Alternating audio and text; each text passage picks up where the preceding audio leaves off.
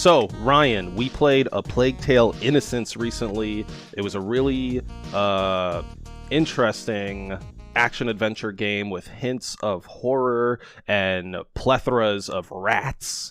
What did you think about A Plague Tale Innocence, Ryan? Dude, I really don't even know where to start with this. Like, even the touch of horror, like, just... okay, I guess a brief aside. I was talking to Julia about this game. I described it to her. Like, I described the first chapter to her when I was first starting to play. And she's like, oh, so it's horror? And at that time, I don't think the rats make an appearance until like the third chapter or so. So in the first chapter, it was really just like her family is killed and like the castle is overthrown. So I was like, oh no, that's just like some historical stuff. And then she's like, oh, so that's horror. And I was like, wow, I had not considered that it's horror, but it definitely does have some horror elements to it. And that kind of got me thinking about like the nature of genre and classification, and that's stuff I'm really interested in anyway. How is it that we have schemas like that map onto these specific genres? Like things deviate from typical tropes, yet in order to keep them fresh, and they have to kind of subvert the genre in different ways and move beyond it in order to keep things interesting and to keep a viewer engaged. Otherwise, it's just something that everybody's already seen before, and it would be boring. So I would love to talk about that at some point. And this game, perhaps we can bring this game up again. Anyway, I like this game. What'd you think? I enjoyed this game too. I think what you were saying is pretty spot on. What Julia was saying was extra spot on. When I say hints of horror, like I definitely was referring to the rats, because I think in a way when it comes to video games, like we kind of take, for the most part, we take the like realistic horrors, and we're almost like desensitized to the realistic horrors, whereas being like living in the Middle Ages and just having someone roll up on your fucking house and like kill everyone, and suddenly like you're out of everything and nobody knows who you are because it's the Middle Ages. Like, that's horrifying, but that's not the part that I consider horror, right? It's obviously the fucking like the ocean of rats just coming out of every orifice of the fucking earth. Like in the first 10 minutes, right? I think like you have a dog named Lion, and I was like, that dog's gonna fucking die. I've seen fucking Will Smith like defending New York. I've seen every fucking zombie movie. Like, the dog doesn't live. What happens 10 minutes later? The fucking rats get him. He gets dragged into a hole. You don't even know there's rats. You're just like, why is the dog in the hole? All sucked up, and you're like, oh god. And dude, if anything, man, this had that, like, the reason I kept getting sucked further and further into this game is because it was like that weird turn. I liken it to the Quentin Tarantino film From Dusk Till Dawn.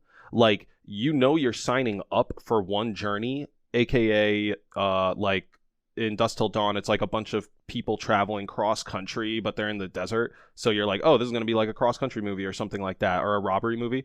And then fucking vampires everywhere. In this game, it's like, oh, okay, there's going to be some rats, but this is going to be like Middle Ages adventure. And there's going to be Black Plague. And then it turns into like fucking Willard or Tremors. And you're like, oh shit. And then it goes like next level when you start seeing the rat nests and shit. And like when I saw the first rat tunnel, I was like, that's it, I'm hooked into this game. I am so glad I made it to this rat tunnel, because I was getting shaky for a moment. And then there were fucking skeletons all up in the walls, and fucking like actual people being like, help me, the rats. And I'm like, yes, this is crazy. Let's keep going. That being said, my biggest note for this game is that, besides the pacing being good, I seldom had fun in this game. I was entertained and I was stimulated for maybe 90% of this game, and only 10% did I have fun. And I am making this distinction not to say that the game is bad, because I did enjoy it all the way through, but goddamn was it so fucking depressing that like I couldn't, like, the little missing X factor to fun is like actual fucking like lightheartedness a little. so like that joy, that like unbridled joy I would get playing Mario Odyssey, like that X factor that the cute Mario Odyssey brings in, is completely gone here. It's just replaced with like plague rats and fucking headless cows and horses that explode with rats and fucking like people getting killed left and right. And it's all like, wow, this is an adventure. And like before your mind can even say like, I'm the Goonies, you immediately realize you're walking through a post battlefield full of corpses and carrying your little brother over them. And you're like, fuck. Like, yes, I'm enjoying myself, but am I really having fun? Okay. Gosh, I had to get out a whiteboard in the middle of you speaking because I had to take notes on something that was not going to make noise. So the first thing I want to note is that you're basically making the claim that to, like, from our from the present perspective, medieval life is itself horrifying, right? The thing that's most horrifying about their existence is kind of what, like, to them was probably rather banal. And I also started to think that during the game after hearing that comment about the genre. That said, I think that so like something like, let's take walking on the battlefield, right? It's probably the case that people did actually walk across hundreds of dead bodies, right? That is itself like disgusting and horrifying, and in terms of like ludonarrative harmony, not being able to sprint across the bodies and being forced to walk really like makes you sit with how disgusting that is. And that's a different kind of horror because it's not a jump scare, right? It's not something, and it's not even really gory. It's just like, you know what it is, you know that there are dead bodies there, and it's unsettling. And I get why you're saying that, like, you weren't having fun. You were stimulated and interested, and there were those elements of it. But in terms of fun, that's kind of a different conversation. And I was at one point I was wondering how early on I was wondering how historical this was. I don't really know anything about the 14th century in any country or continent. I just don't have I don't know anything about the 100 Years' War. Yeah, same. All the stuff about the Inquisition that popped up and stuff, like our conversations before, we did this content here, I was accidentally calling them the Crusades, not the Inquisition, and like I don't know the difference. So right, yeah. So we're history schmucks, is what we're saying there. But I was wondering originally how historical the game was, and when the rats. So the way the game works is if you walk into rats, or if you let rats touch you, you die, and that's kind of the nod to the plague. And you get like eaten by all these rats. And what we know now is that I believe it is the case that there were like bugs or fleas that traveled on the rats, and those were parasitic or something like that. What I was gonna say about that was that I don't know that people knew that rats caused the plague. I'm curious about that element of it. And but what I find interesting is it isn't the way that the plague is represented is through these rats, and the rats eat you like alive. And that is obviously not how the plague works. And originally I was like, wow, that's really ahistorical. I kind of wish that there was some kind of like illness that you got, and maybe if you didn't find some kind of cure, obviously that also wouldn't be realistic.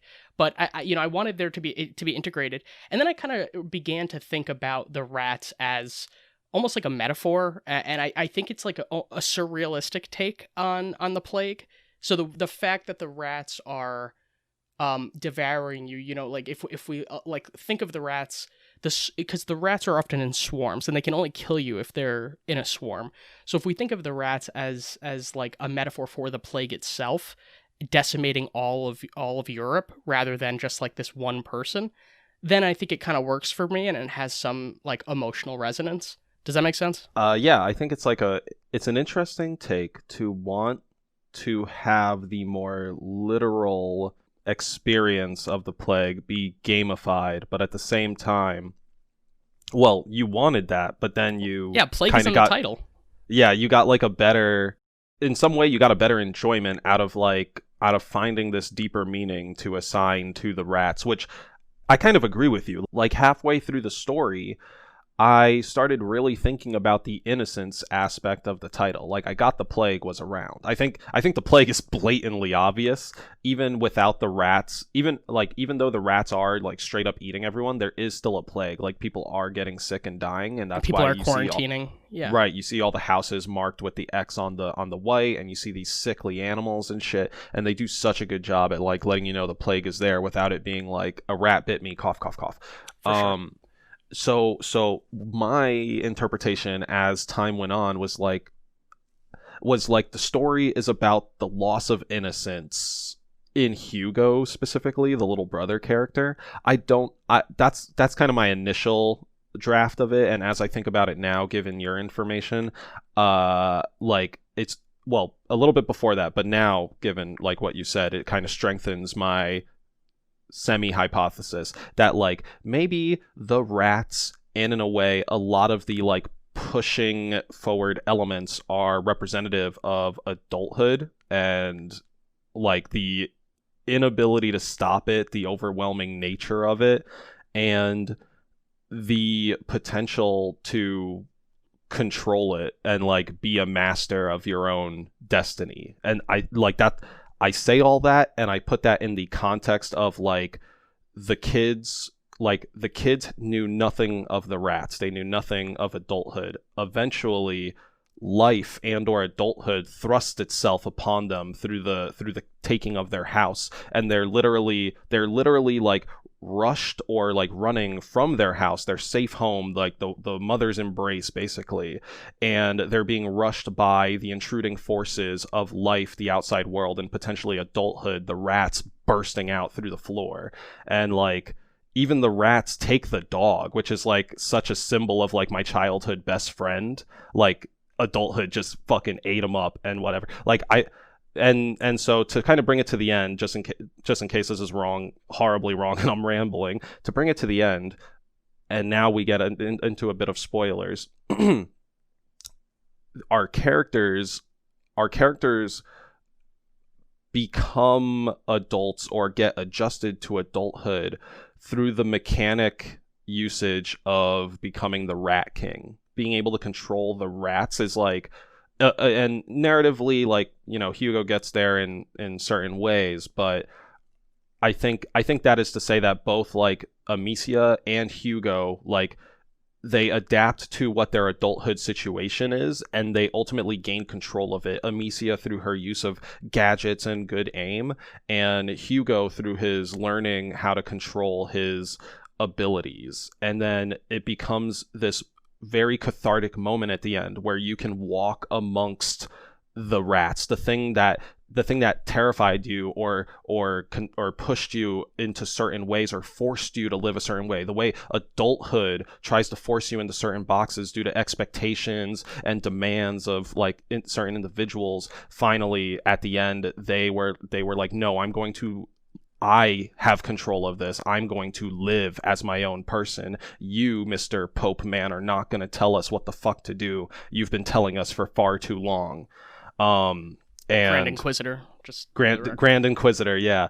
So so summoning that force that had been so oppressive from the very beginning, to me, kind of read as like, you lost your innocence, but you took control of your life. Sure. So one of the marks of maturation for people is a mastery over one's vices, right? So I don't know, like maybe cursing, you know, like when you start out and you're cursing and it's like your every other word and you're like trying it out a lot, and you know, it's like the innocence is the not cursing at all. And then there's some kind of like adolescent juvenile stage where you know are saying the most outrageous things you possibly can, and you know it becomes a word that you absolutely need, and you're almost like trying to assert how old you are by using this kind of language, and then eventually, you know, you don't need to forsake it.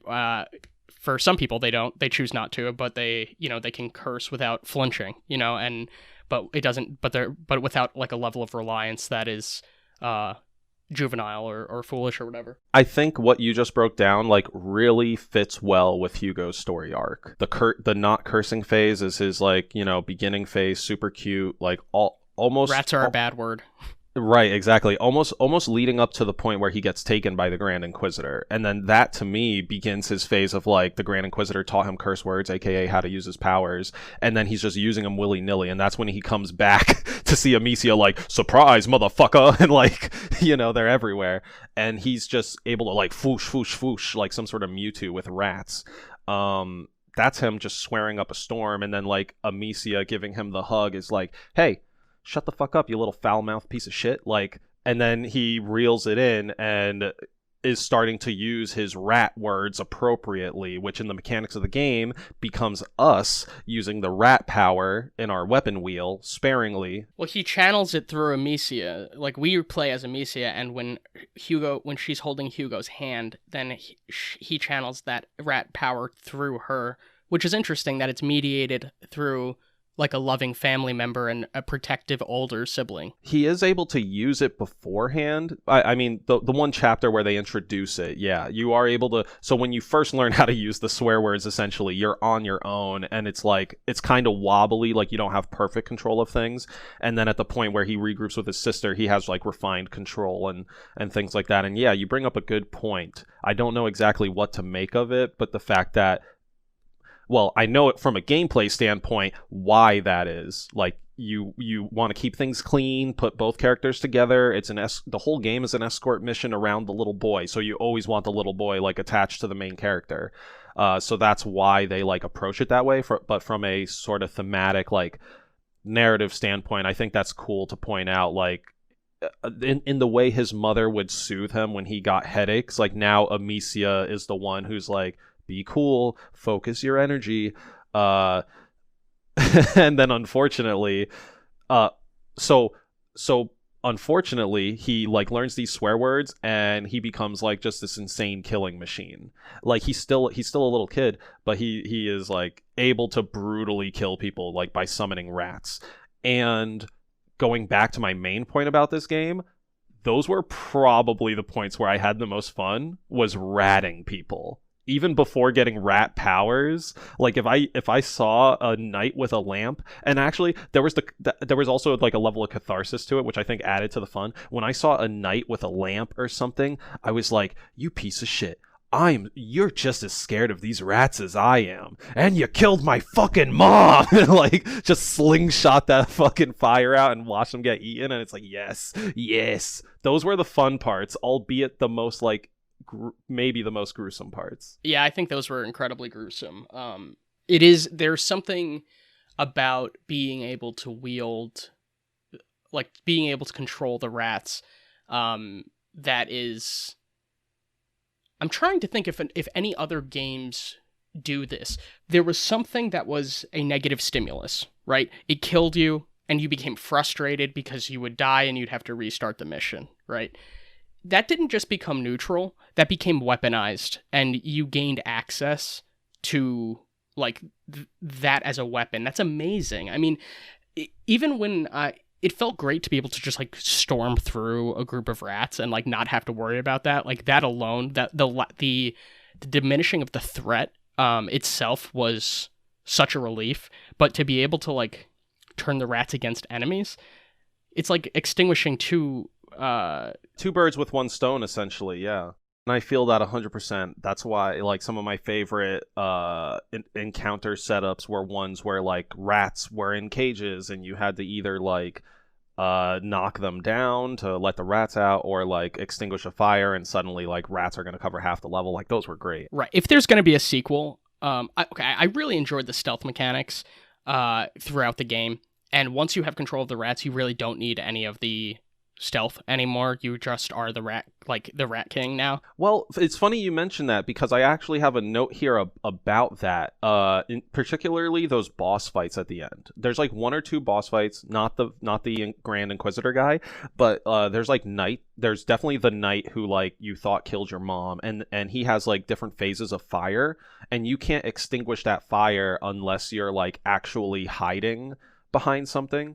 So that boss fight for me was very clunky because I just ran all over the place, collected items, and then I sort of had to learn the longer way rather than the hard way, being I die. I had to learn the long way that I need to like break line of sight, go into hiding, and then throw an extinguisher while hidden, which to me kind of didn't make sense. From a gameplay standpoint, it made sense. Oh, he's aware of me, therefore I can't use my ability. But like realistically, I'm throwing an extinguisher. He was hiding his sword. Oh, that's how they. okay. That's how they tried to make that like look more realistic. If he'd see you, then he'd put the sword like just slightly behind his like waist, so you wouldn't be able. So if you threw it, it would hit him instead of the sword. He like swatted it for me. Like he.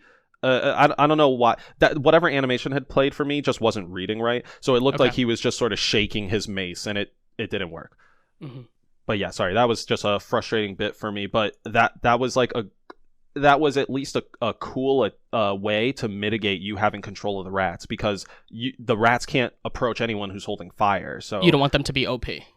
Exactly, right? Okay. So it's like, even though you can control rats, any units that hold fire, the rats can't go towards, which is what makes even the basic enemies still very deadly to you, because if they're holding a lantern and running real fast, like, you need to knock out that lantern at the very least. Yeah, okay, I see what you're saying. What I was gonna say is, like, for this, if there's a sequel to this game, Mm-hmm. I want to keep all of the rat abilities. And Yes. I think that means that they're going to have to sacrifice a lot of the stealth components, which, although I enjoyed them, I don't want them again. I don't want a Plague Tale sequel to be a repeat of the same game. I think that would be like a real miss. So if that's how they can keep it fresh, by having like this new dynamic, and maybe like capping the power somehow. Maybe there's like a meter that decreases, an energy meter or something like that, or like maybe Hugo needs like rat food, or like, you know, I have no idea what they will wind up doing, but I agree that like there is a concern that it will become OP. Maybe there will just be more white rats. You know, the fact that like the final boss fight was like black rats versus white rats. I found that to be very so interesting. Cool. Yes, I did too, and I was like, why have we seen no white rats the entire game? Like, there's a plague going on, y'all. But then I was like, they could just save that for the sequel. It's explained that those rats they're man-made. They're like they were just in church the whole time. They are alchemical rats. Yeah, they were praying so hard they turned white. No. So when you're sneaking through some of the labs that the alchemists have set up, specifically the bald-headed ones with like the black and white long robes, those levels, you see white rats, but there's also some like a halfway between rat, which is just to show, hey, they're doing experiments on the rats and some of them are coming out wrong. And yeah, so that's where the white rats came from. The interesting thing is, like you say, with a sequel, is like, will the white rats now become just part of the ecosystem, and will they end up becoming like new abilities for Hugo down the line? And also, yeah, a big design question on any sequel is like how do we like reset the power creep, or how do we like continue the power creep, because now we can control an army of rats, like you mentioned. So like my initial thought and or expectation for a sequel to A Plague Tale: Innocence would be either, one, cover an entirely different cast of characters who either thematically or like situationally like relate to the first tale. So like grand scheme, maybe A Plague Tale is about like 3 different groups of people who ultimately come together at the end of their initial journeys, and then we get to the bottom of all this crazy rat and macula and like 1,000 years curse shit. But getting back to the sequel, I could see it going like 2 ways. One, we either continue following like Hugo and Amicia, some time skip down the road, because they seem to do time skips a couple times in this game. They didn't really matter all too much to me, though. I didn't feel like anything major had changed in those time skips. Yeah, basically nothing. I think weather. I think like climate. Like, just it's like, now it's snow. Exactly. Now there's snow outside. Enjoy the view. Like, okay. Exactly. It was, yeah. I think the biggest time skip was like Hugo got kidnapped 1 month later, and it's like, okay, did we really need that? It doesn't really matter what month it is. I mean, you're telling me it's snowy this month, but whatever. Anyway, okay. I know the problem. Sorry, I don't want to anyway this, because I just identified the problem. It just feels a little too hand wavy for what they wanted to like get out of it. What feels hand wavy? Just going to a black screen and saying 1 month later after Hugo is captured, well, Hugo's a fucking idiot. He like broke his way into the castle that his mom was being trapped in and all that shit, and then like, you know, he fails. What? Well, he succeeded. His mom. Yeah. Well, I mean, yes and no. He became the Rat King. Okay, like come on. He did become the Rat King. That was what pretty have you lit. done? That was pretty lit. So anyway, after getting himself like caught, they say, okay, 1 month. And that's it. And then next time you see Hugo, he's the Rat King. He's like fucking Thanos. He's all the super evil people. And I kind of feel like, especially because of how goddamn depressing this game was, like, I kind of feel like they could have cinematically filled in the blank a little more rather than just going to black screen and saying, oh, Hugo was like, I don't know, what did he learn like a fucking Padawan in Star Wars? Was he tortured till he learned how to do it? Like what So that's what I feel there. Like that's probably my biggest problem with that time skip. And maybe also Roderick, the blacksmith guy, sort of coming out of nowhere and then sort of leaving just as quickly as he showed up.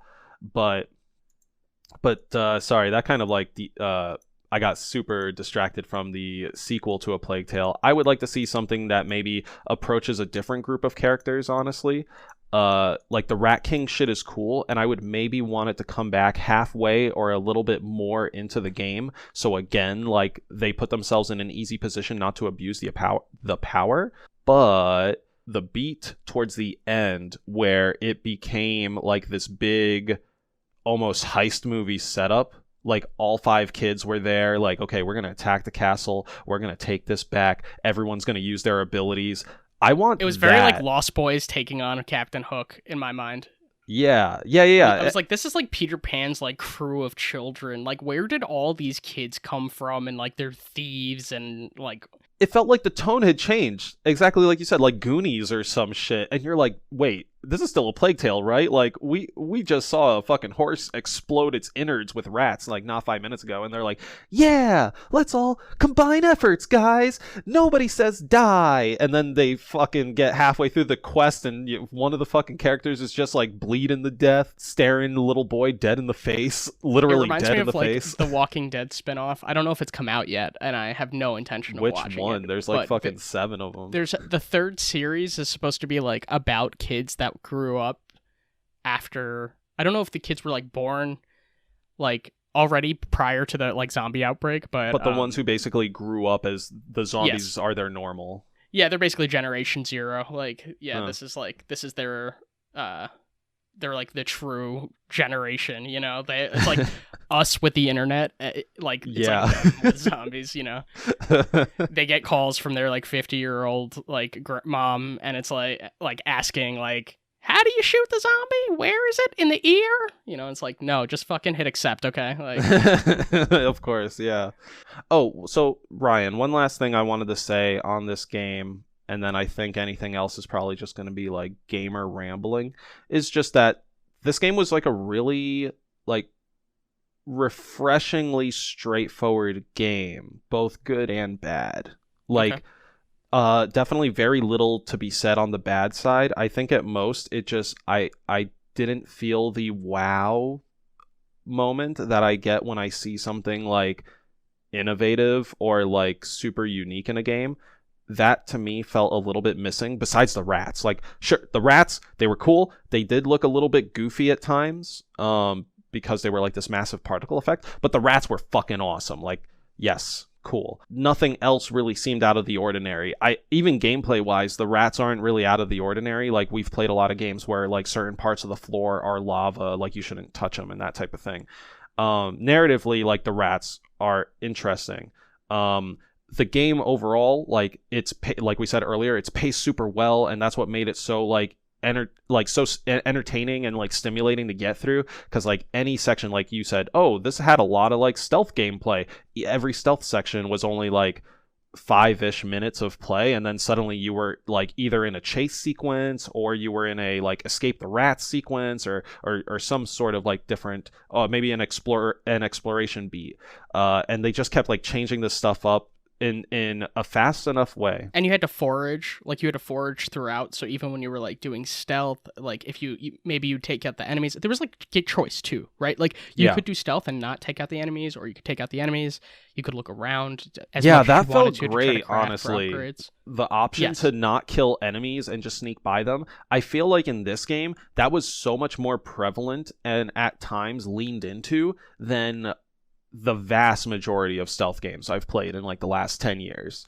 It's kind of crazy, but I also like really appreciated it because like for the most part, as soon as I got past an encounter and I decided not to kill any enemies, like that was it. It was said and done. It wasn't like those other stealth games I've played where like the levels are these kind of big sprawling areas, and if you decide to sneak past a couple guys here, you might bump into them on your route like halfway down the road or something, which gets very frustrating, and it leans you into let me wipe out the map to like make my progress okay here. But like you were saying, you could skip past these guys. There's the option to like collect items along the way, which I think is like typically found in like this type of level design, but at least the way the items are set up are in such that it kind of creates this like, oh, are you really going to go towards like an enemy for an item, or are you going to go towards a sound attractor for an item? Like these hot spots you don't want to be near, which is cool. Fun risk and reward. But just to wrap up my this game is very straightforward thing, even the progression and the upgrades, like all the items you're collecting, all the interfaces you're using, they're all like proven out. You've seen them in a different game. You know they work. They've just been all put together here in a way that works. We don't know if it necessarily harmonizes because it's so straightforward. It's not trying to do anything complex that would ask for them to harmonize. But you're not gonna get the whoa that comes from like the harmony of like feeling the invisible feeling that is like these mechanics working together in a way that is innovative. So okay, I have a couple questions before we end. So if someone was going to play this game, like what would you say is the reason to play it? What is the best reason? The fucking rats. To control them, or to like see what it's the rats, period. Anything about the rats? Rats. And I can't tell them anything else. I just be like, dude, play this. It's like Game of Thrones, but there's fucking rats. And that's it. Because I want them to experience that turn of like, what the fuck happened to the dog? Or like, there's a skeleton in this goop. I want them to have that surprise. That was the wow.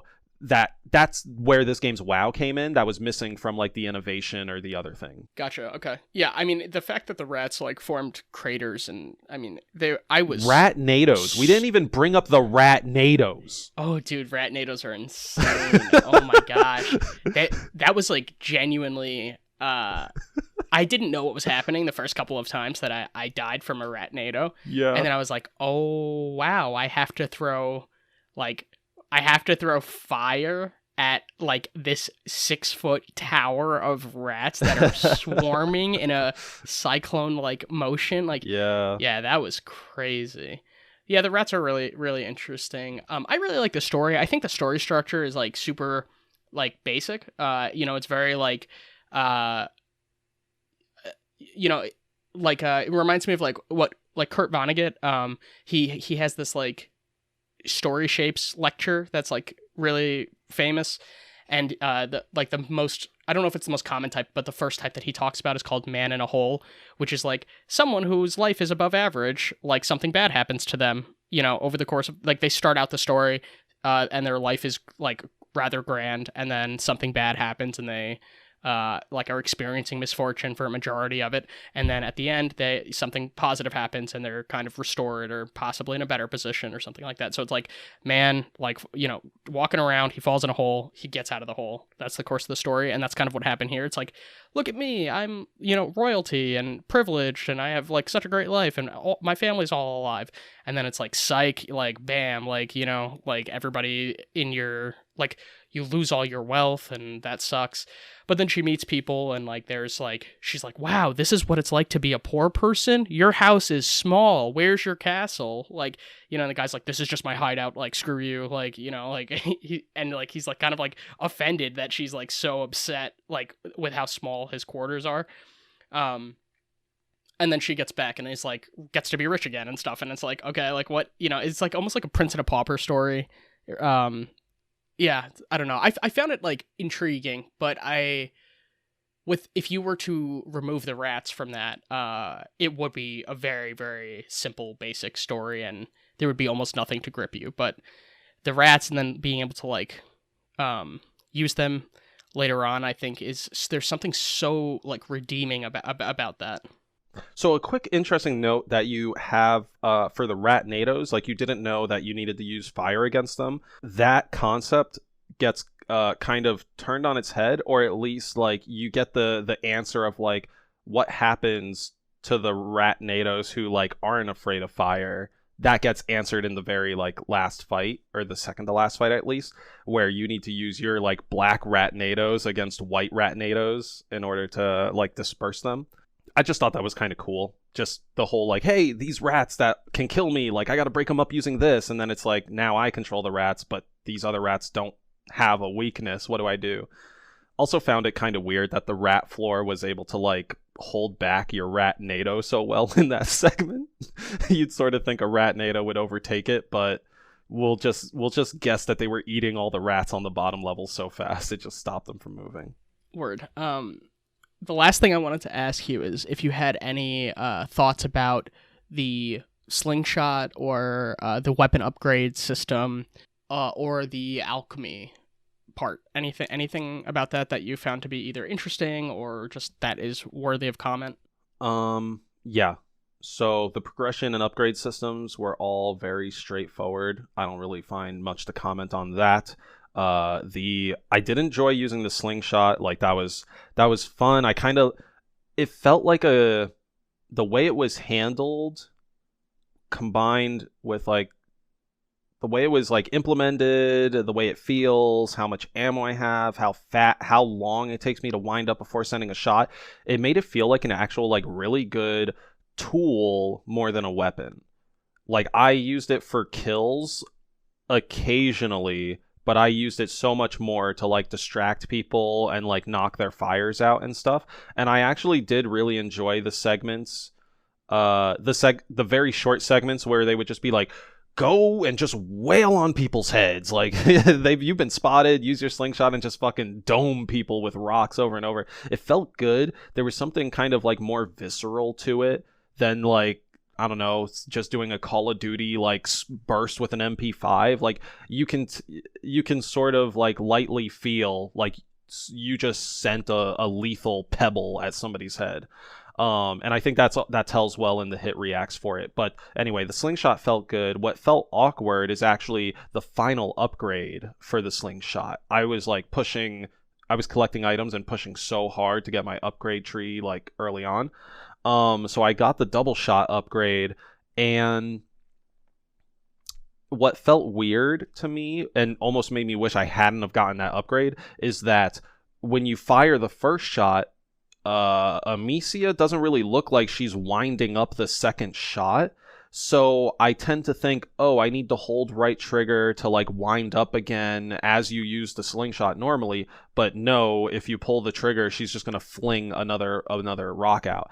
And I got this skill around the like very frustrating cart pushing section. So I was like dealing with the difficulty and the frustrating aspects of like that beat on top of like learning how the double slingshot thing worked, which created a lot of friction. And ultimately, I think ultimately I just, even towards the end, I didn't like the double slingshot really. I kind of wish I hadn't have gotten it. But yeah, that's about it. I think you're so spoiled. I'm never getting you an upgrade ever again. This attitude. I was honestly expecting some sort of like grenade power up for the slingshot. I think you do get that, honestly. The Ignicio or whatever, the one that can clear out a section of rats. You can upgrade your slingshot to put that in there. I'm not sure how much I used that slingshot. Like, you can equip different ammo into it, upgrade. But yeah, that's what I thought about the progression stuff. Very straightforward. I enjoyed being a Rat King, and the slingshot felt good. It's a good like midway horror tool, like we're talking about. This isn't Amnesia where you're like having to run away all the time, and it's certainly not I don't know, Dead Space, where you could just like shoot up a storm. So I think it just really, it did a great job of serving the tone and the feel of like, you're a little girl, or well, you're a young adult female in the Middle Ages. All these guys have armor that would, if you were wearing it, you wouldn't be able to move. Like, use this little tool to the best of your advantage, and I think that's pretty good. Yeah, even a bow and arrow would be more cumbersome to like have to carry around and would require more strength, but slingshot's easy to wield, so it fits the character's capabilities. Yeah, I think they would hit some sort of like trademark snafu too, because Amicia already looks a lot like Aloy, so giving her a bow and arrow would be too Horizon Zero Dawn for this game. I thought you were going to say Katniss. But yeah, listener, if you look up a picture of Amicia from A Plague Tale Innocence and you look up Aloy from Horizon Zero Dawn, you'll probably see that like their hairstyle, their hair color, and their face is like pretty similar. It's kind of odd, but I didn't actually identify that until somebody else called it out like 3/4 through the game, and now I can't unsee it. Thank you for listening to Deep in the D-Pad. Subscribe wherever you listen to podcasts and share us with your friends. For updates and discussion, follow us on Reddit at r/deepinthedpad, Facebook at deepdpad, and subscribe to Deep in the D-Pad on YouTube. Don't forget to hit the bell. And if you want to ask us questions or get a chance to share your own D-Pad delight on the show, email us at askdeepinthedpad@gmail.com. Be sure to put question or delight in the subject line. Big thanks to 8-Bit Jazz and Kevin MacLeod for supplying the music for the show.